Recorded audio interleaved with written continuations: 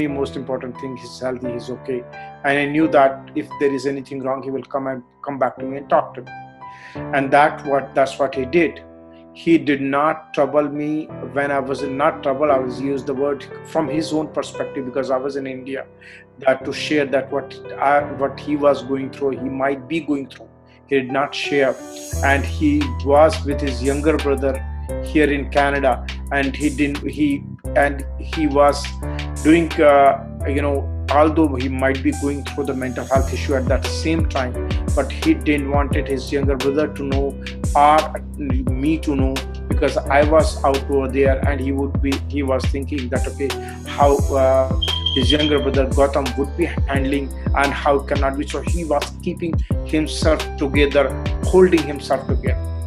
And when I came on 13th of June, I realized it. Meantime, he was listening to me, following me, whatever advice I had given him from India. I will say that I told him that, Prashant, go, you know what, if you're not you're feeling like that, or feeling down, go to watch movie.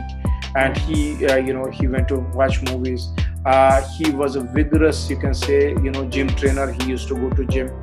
And I remember that close to my house at that time, Ray Lawson and McLaughlin area, there's this Fletcher's Creek, there is a sportsplex over there. He used to go there. He started going there too. So alone himself, by himself, he was fighting and trying to struggle and to get out of whatever the issue he was facing, his mind was facing. When I came on 13th of June, I remember very, very well. And, at that time, because the both kids were there, so house was not up to date and clean, although they tried to do it. I called a person, she came, cleaned up the house and stuff, car was clean, everything. So he was like feeling jubilant. See, Gautam, dad came, now everything has started getting better now. So I was like, okay. And the 14th and 15th of June was weekend. Monday, I had to go to my radio program. As I was mentioning that 7:05, I received his text message, Dad, I need to talk to you. I came back around, I remember every, moment of it. I came 7:35, 7:40, I always say that at home. Right away, he came to my room and said, Dad, I need help. I said, what do you mean? He said that, Dad, you know me very well, that I never hurt anybody. I never have hurt anybody. I don't even hurt myself. I don't believe in these things, but I have hurt myself. So I looked at him from top to bottom, and I saw that in the month of June, he was having a, completely up to neck clothes and whatnot. I said, why is having, so I suspected something. I said, okay, take off your shirt and whatnot, pull over. He was wearing it. So he has taken out, and I saw that from chest to abdomen, there were so many cuts with the blood, and the blood was dried. So I could see it.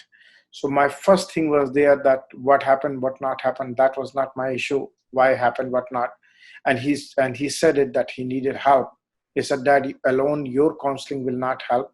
I think this is a more serious issue. I said, definitely, I understood it, what he meant. At that time, the only thing came to my mind that he needs the stitches and he needs the professional help.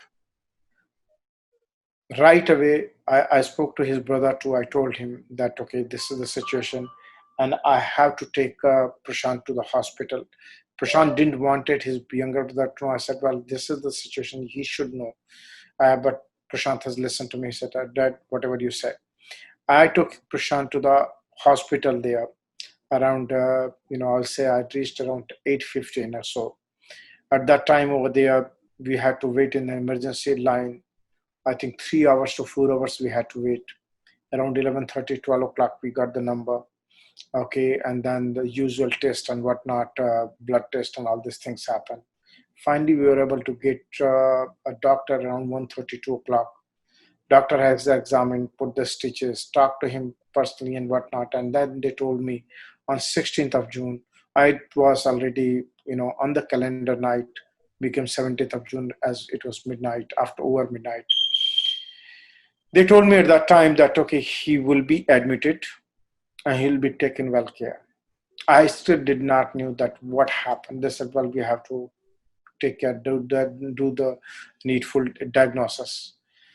Now, the next day I called. I said, what happened? We are going. They said they are still, he has to go through the test. Fine. 18th. Then on 18th, 19th, still the same thing.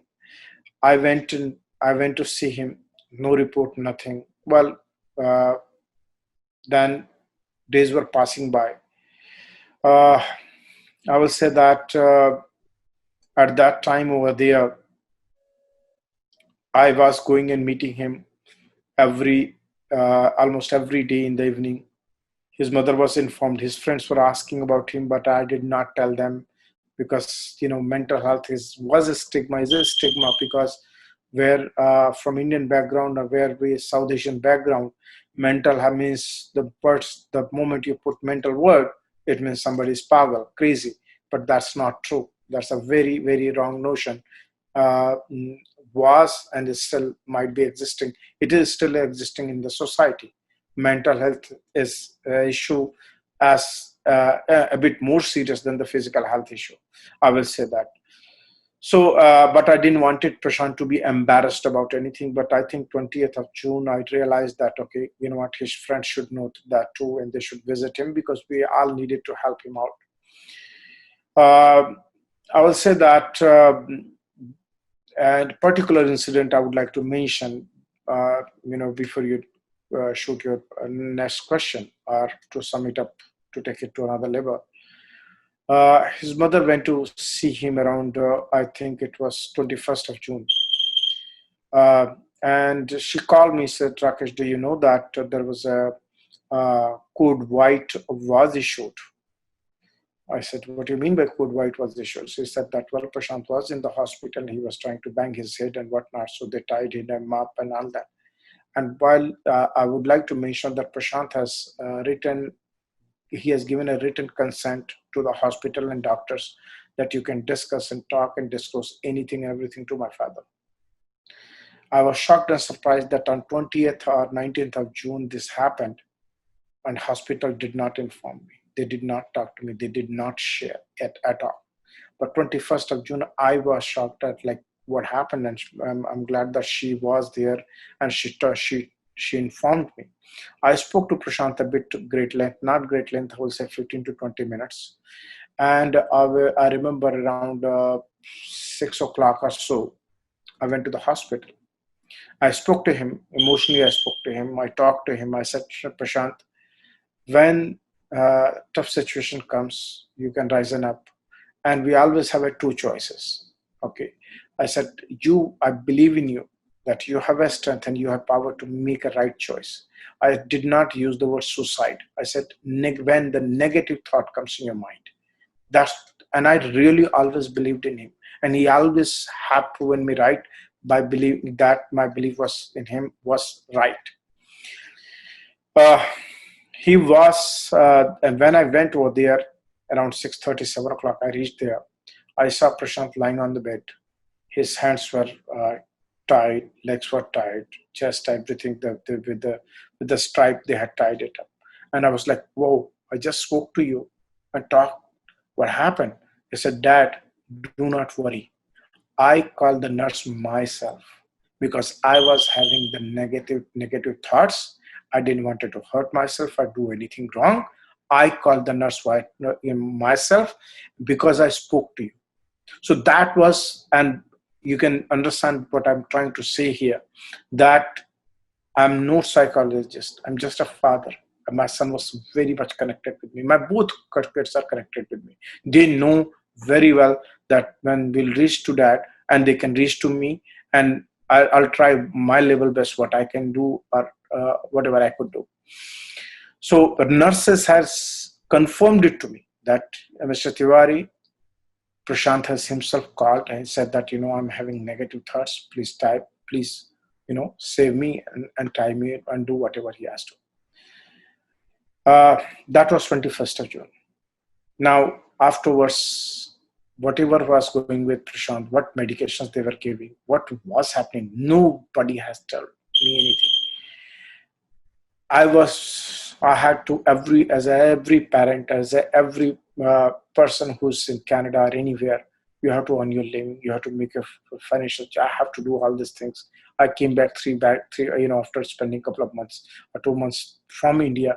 I had to make my ends meet. I could not be in the hospital all the time. I could go only certain time. I was going through a bit, I will say, financial hardships too at that time. But anyway, now I remember the next day, me and my good friend, who is a yoga master. Okay, his name is Acharya Sandeep Tyagi. He went with me. And Prashant has asked me, Dad, can you bring a shaving cream and a razor and all that, and personal hygiene stuff? Okay, deodorants and all that. I bought it. The hospital staff was there. Okay, you cannot take a plastic. We have to check everything. We want to. I said, well, great, no problem at all. Please, all I wanted is my son to be safe and better.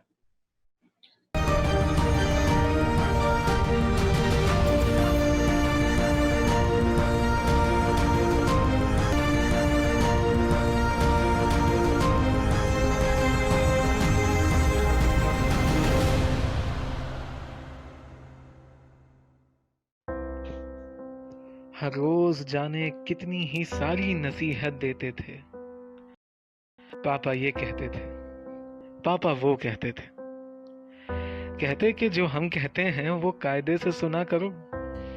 हम तुम्हारे बाप हैं बेटे, तुम हमारे ना बनो। और फिर जितनी दफा ना पढ़ने के लिए हम लड़ते थे, पापा कहते कि जानते हो हम कितनी मुश्किल से पढ़ते थे। हंसकर बात करना कभी अपने पसंदीदा होटल के हर वेटर से, बेइंतहा मोहब्बत करना हमसे ज्यादा अपनी स्कूटर से। पूछने पर बस इतना कहना कि जब दुनिया से उलझोगे, जिस दिन तुम पापा बनोगे ना, उस दिन तुम बेटे समझोगे। अब भी अपने तोहफे की टी शर्ट पर उनकी पुशर्ट मैली याद है। अपनी दवाई न लेकर जो लाते थे वो समोसे की थैली याद है। जब भी कोई पल मुझे जिंदगी का मुश्किलों के नजदीक लगे, पापा का कहना याद आता कि ऐसे में वो करना जो दिल को ठीक लगे। अब बस याद आता है कि उनका दिल उनके मिजाज की तरह सख्त नहीं था। पापा कितना कुछ सिखाना चाहते थे ना, हमारे पास सीखने के लिए वक्त नहीं था। कितनी भी कोशिश कर लो पर दिल के राज न खोलेंगे। दुनिया भले तारीफ कर ले, पापा कुछ न बोलेंगे। बस याद रह जाएंगी बातें कि चुप रहकर वो कितना कुछ सहते थे।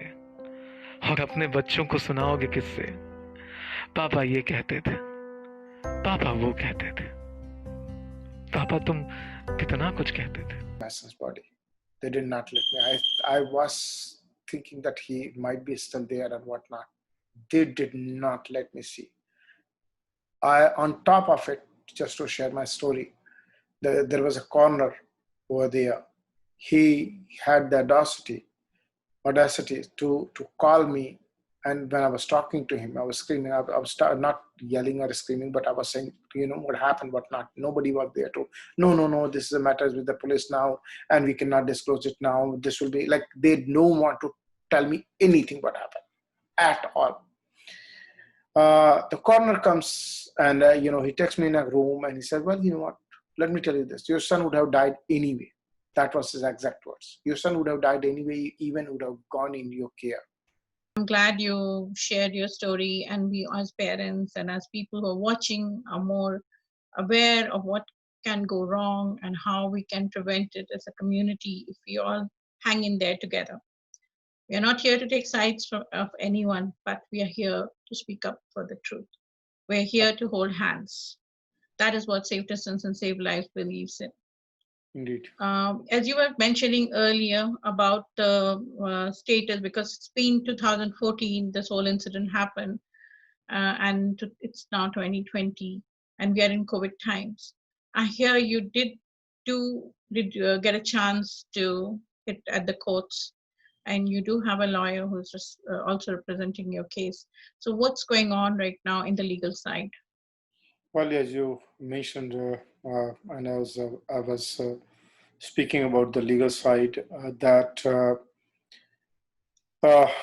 The due course of law, it does take time. Means mediation, disclosure, and all those things, negotiation, all these things goes on with the lawyers and with the judicial system. And to sum it up, at that end, I would say that this thing were taking time, and I was always told that the courts are very busy, cases are lined up and whatnot. But finally, in 2018, 24th of October, to be exact date, uh, in the morning around 10ish,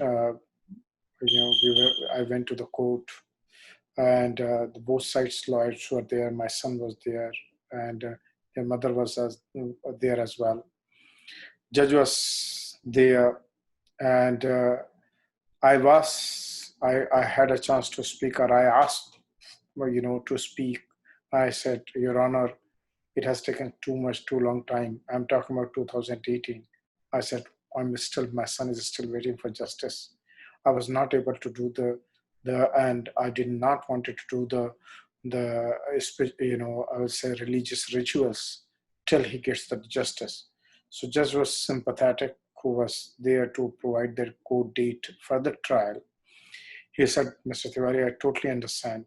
This case was highly covered by the national media in Canada and other parts of world too as well, I'll say. And I'm really thankful for all the media sources and all those people who brought this issue move forward to the public's view and public's knowledge. So over there, judge was looking. He said that, Mr. Tiwari, uh, I could give you some time in 2018, but that will not be enough to do the justice with this case. So he has given the date in 2026th of January. So judges there, 34 days were given for the trial.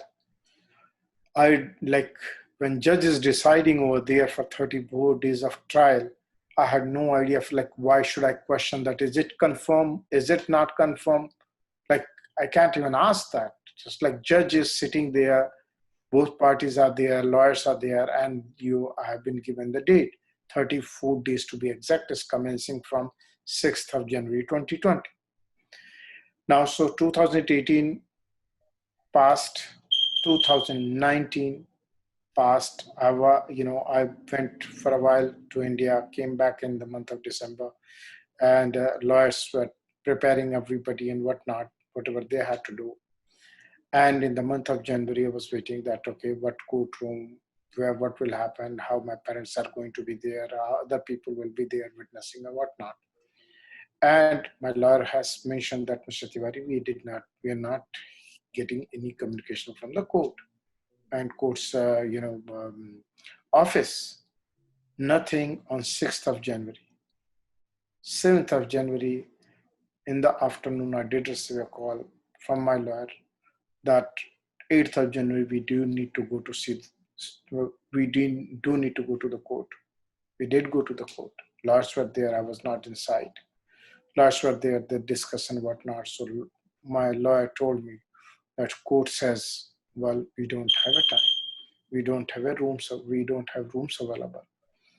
We don't have the judge. I said, is this a joke?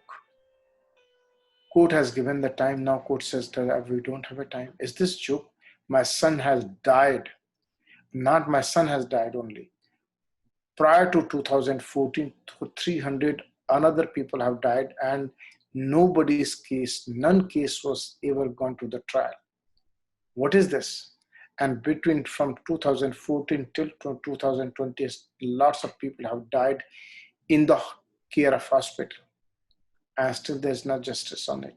None case, because if this is the highly publicized case in the media, in the public view, politicians, they all know about it. If this will open up the issues, what hospitals are doing or what is happening over there, what need to be changed, what need to be taken care. What this is important, and justice system doesn't have a time.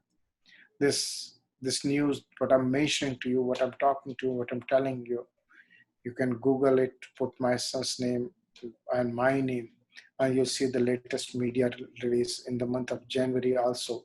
Various media outlets had interviewed me, CBC and CTTV, CTV, all those media outlets, CP, Canadian Press has also taken my views and about about the story and issues. So I'll say uh,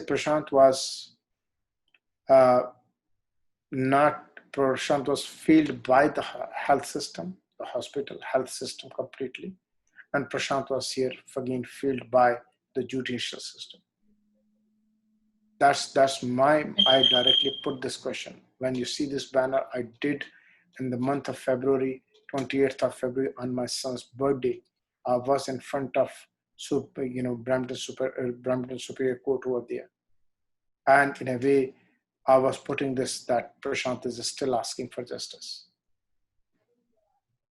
I will say one thing, and you should know that. And I have a quote here, and that I will say that uh, according to CAMH, Canadian Association for Mental Health, Canada's close to 50% of population is going through the mental health issue by the age of 40. Means half of our population is going through the mental health issue. Nobody is, we cannot say that half of the 50% of the population is going through the heart disease or diabetes, no, but mental health for sure. And now COVID-19, we are facing this mental health issues is more increasing. If somebody's tell me that somebody who's mentally getting challenged and having mental health issue, how you'll be able to perform or do your daily duties. So this cry for help, my son has passed away, but all those people who are here and people are afraid and scared, don't want to go to the hospitals, they don't want to call if somebody's son, daughter, parents, anybody who's going through the mental health challenges, and the person is, and there's so many things, schizophrenia, bipolar disorder. My son was, I come to know that delusional disorder, and he could have been treated, but he was not given a chance. He was cut off from the family. The doctors, they did not think that family is essential part. Family is very important to treat a mental health patient. But they did not include me. They have not included me.